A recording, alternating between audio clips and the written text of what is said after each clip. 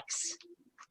Thank you, Joanna. Isn't everybody working on a novella about zombies and mud-bogging?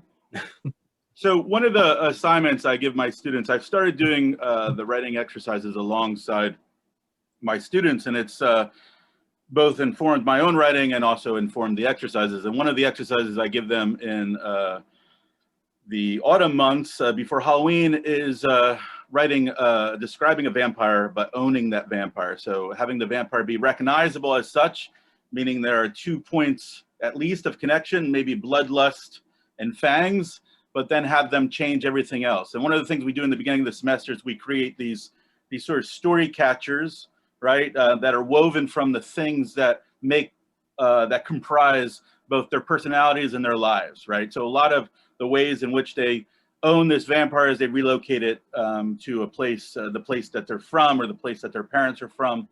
And so I did this this year with them about 3 weeks ago.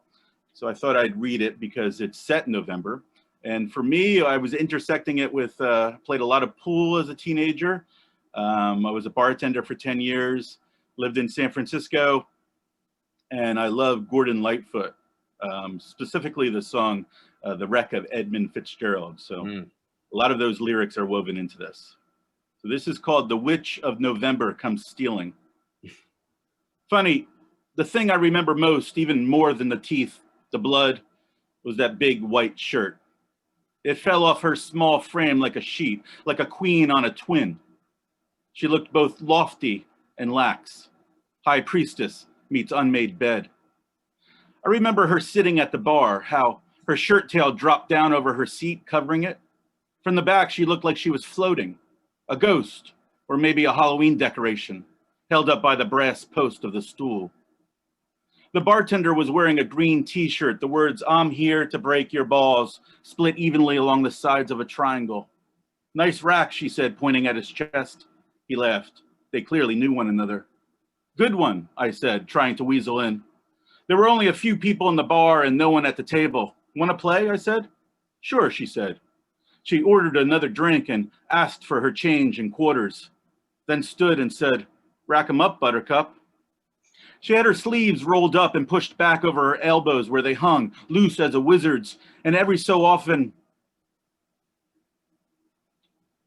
I scanned down and I lost my place. She had her sleeves rolled up and pushed back over her elbows where they hung, loose as a wizard's, and every so often one would come down, the big cuff flopping to the felt, covering the hand that bridged the cue. I remember how she slid the stick through her fist, her forefinger looped around, instead of resting it on her knuckles like I did. How she called the balls bigs and littles instead of solids and stripes. I forget how many games we played, 3 or more. We played doubles against some waiters from across the street, still in their bow ties. A thick fog had come up from the bay. You could see it bunching under the streetlights, feel it pressing against the bar. I thought I could hear the window groan under its weight, like a submarine creaking in deep water. I forget the name, Nob Hill somewhere. But I remember how it was painted in big black caps on the glass. It stood out starkly, keen as ink on paper, because of how white the night had become. It was getting late. I searched the table for cuts. The thin glancing shot was my specialty, that and the crashing break. She was all about the rails, angle shots, kick shots, banks and reflection. She played like a mathematician. "Diamonds are a girl's best friend," she said. She asked what I did. "Bartender," I said. I asked what she did. "Dancer," she said. Her eyes got foxy and I figured she wasn't talking ballet. I remember how the bar had an old clock above the bottles.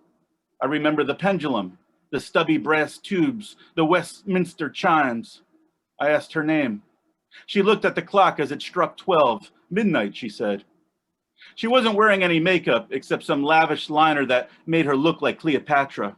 She had short, dark hair, like Audrey Hepburn and Sabrina. Her neck, too, Sabrina. She wore a thin black choker, thin as eyeliner. It hugged her throat like a slit, and I found myself wondering how Cleopatra had died. Had her head been cut off? No. Asp, Egyptian cobra. It wriggled when she drank her beer. I put $1 in the jukebox. I flipped to Gordon Lightfoot, found Edmund Fitzgerald, then asked for requests. "Hong Kong Garden," she said, or "Peekaboo." I could have guessed she liked Peep Show. She had Susie's eyes.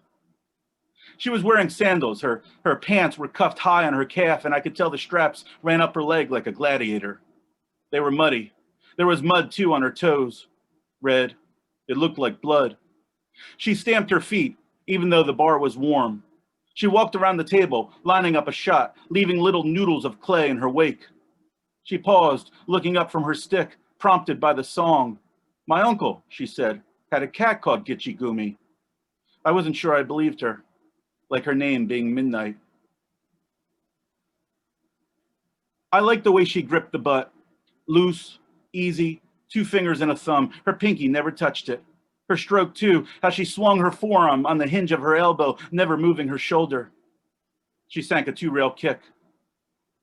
The fog had dispersed and the wind was up. Rain, too. It hit the window hard enough to hear over the song.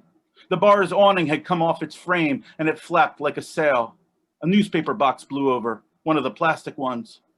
Fellas, I said, talking to just her, it's too rough to feed ya.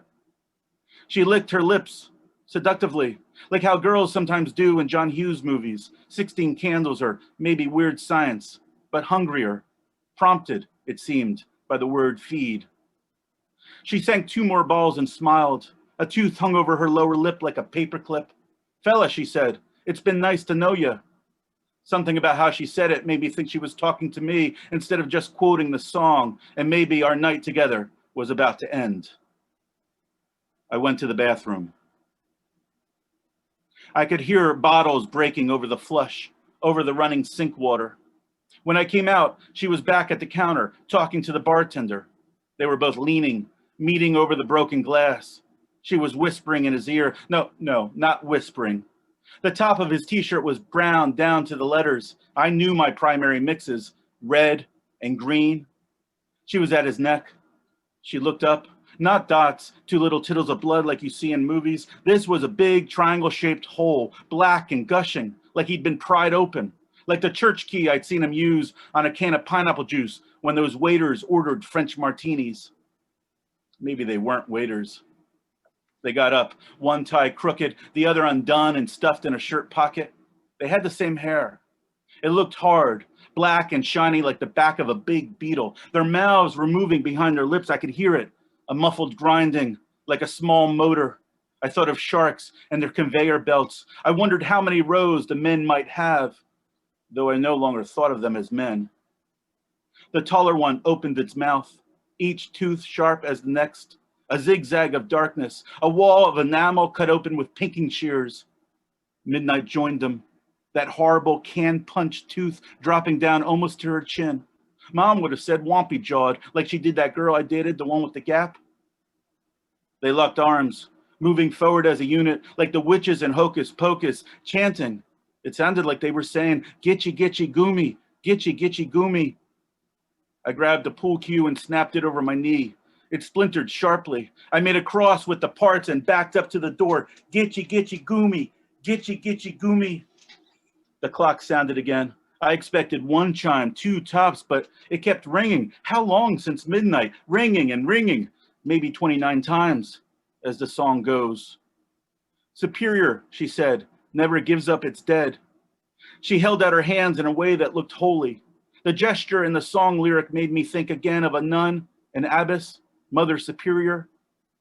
The waiters whinnied, sycophants, all teeth, like a horse if they weren't so sharp. Then I ran out into the rain. Thank you.